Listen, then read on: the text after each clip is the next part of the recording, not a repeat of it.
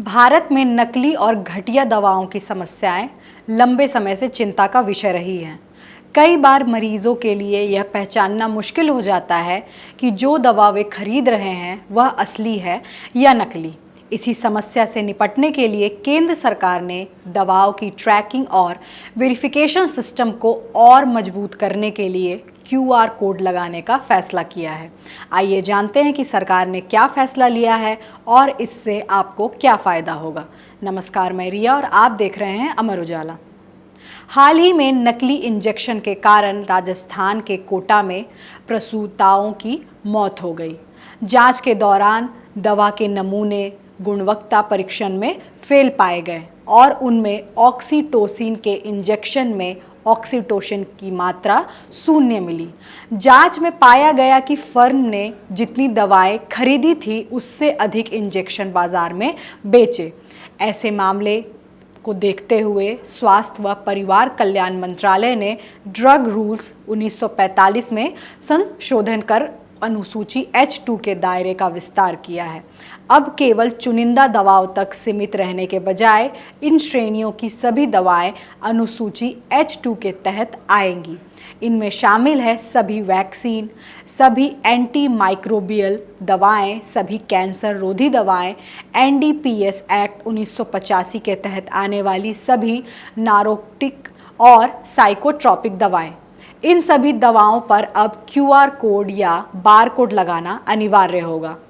अनुसूची H2 क्या है? अनुसूची H2 ड्रग रूल्स 1945 का वह प्रावधान है जिसके तहत कुछ दवाओं की पैकेजिंग पर QR कोड या बार कोड लगाया जाता है ताकि उनकी पहचान और पूरी सप्लाई चेन में ट्रैकिंग की जा सके। इसका उद्देश्य दवा की असलियत की जांच करना और नकली दवाओं की बिक्री रोकना है। दवा की असलियत की जांच करना और नकली दवाओं की बिक्री रोकना है। QR कोड कहाँ लगाया जाएगा? निर्माताओं को दवा के प्राइमरी पैकेजिंग, जिस पैक में दवा सीधे रहती है, पर QR कोड या बार कोड लगाना होगा। अगर वहाँ पर्याप्त जगह नहीं होगी तो इसे सेकेंडरी पैकेजिंग पर लगाया जाएगा। QR कोड में क्या क्या जानकारी होगी? QR कोड स्कैन करने पर दवा से जुड़ी 9 अहम जानकारियाँ मिलेंगी। इनमें शामिल है यूनिक प्रोडक्ट आइडेंटिफिकेशन कोड, दवा का सामान्य जेनेरिक नाम, ब्रांड का नाम, निर्माता का नाम और पता, बैच नंबर, निर्माण की तारीख, expiry date, manufacturing licence number, दवा में मौजूद सहायक पदार्थों की जानकारी। इससे फ़ायदा क्या होगा? QR कोड के ज़रिए दवा की असलियत की तुरंत जांच हो सकेगी। पूरी सप्लाई चेन में दवा को ट्रैक किया जा सकेगा। नकली और घटिया दवाओं की पहचान आसान होगी। नियामक एजेंसियों की निगरानी मजबूत होगी। मरीजों तक सुरक्षित दवाएं पहुंचाने में मदद मिलेगी। नकली एंटी माइक्रोबियल दवाओं पर नज़र रखने से एंटी माइक्रोबियल रेजिस्टेंस AWR से लड़ाई में भी मदद मिलेगी। नए नियम कब लागू होंगे? सरकार ने उद्योग को नए नियम लागू करने की तैयारी के लिए चरणबद्ध समय सीमा तय की है। इसके तहत सभी वैक्सीन, कैंसर रोधी दवाओं और नार्कोटिक व साइकोट्रॉपिक दवाओं पर QR कोड अनिवार्य करने का नियम 1 जुलाई 2027 से लागू होगा। वहीं सभी एंटी माइक्रोबियल दवाओं के लिए यह व्यवस्था 1 जुलाई 2028 से प्रभावी होगी। हालांकि सरकार ने दवा कंपनियों से अपील की है कि वे निर्धारित समय सीमा का इंतजार किए बिना इन प्रावधानों को स्वेच्छा से पहले ही लागू करें ताकि दवाओं की प्रामाणिकता, ट्रैकिंग और पारदर्शिता के लाभ जल्द मिल सके।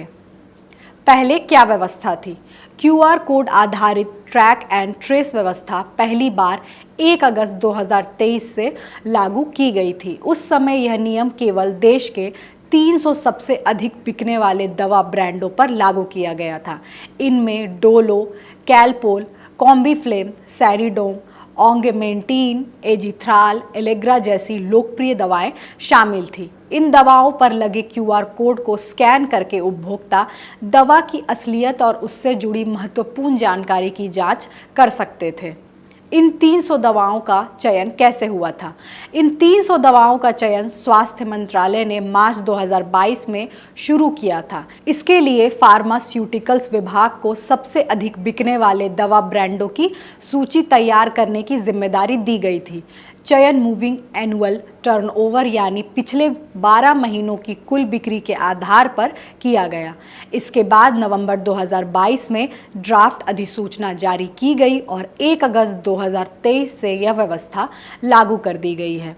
तो क्या आपको लगता है कि यह कदम भारत में नकली दवाओं पर लगाम लगा पाएगा? अपनी राय हमें कमेंट में ज़रूर बताएं। देश दुनिया की बड़ी खबरों को आसान भाषा में समझने के लिए अमर उजाला से जुड़े रहिए। वीडियो पसंद आए तो लाइक शेयर करें और चैनल को ज़रूर सब्सक्राइब करें।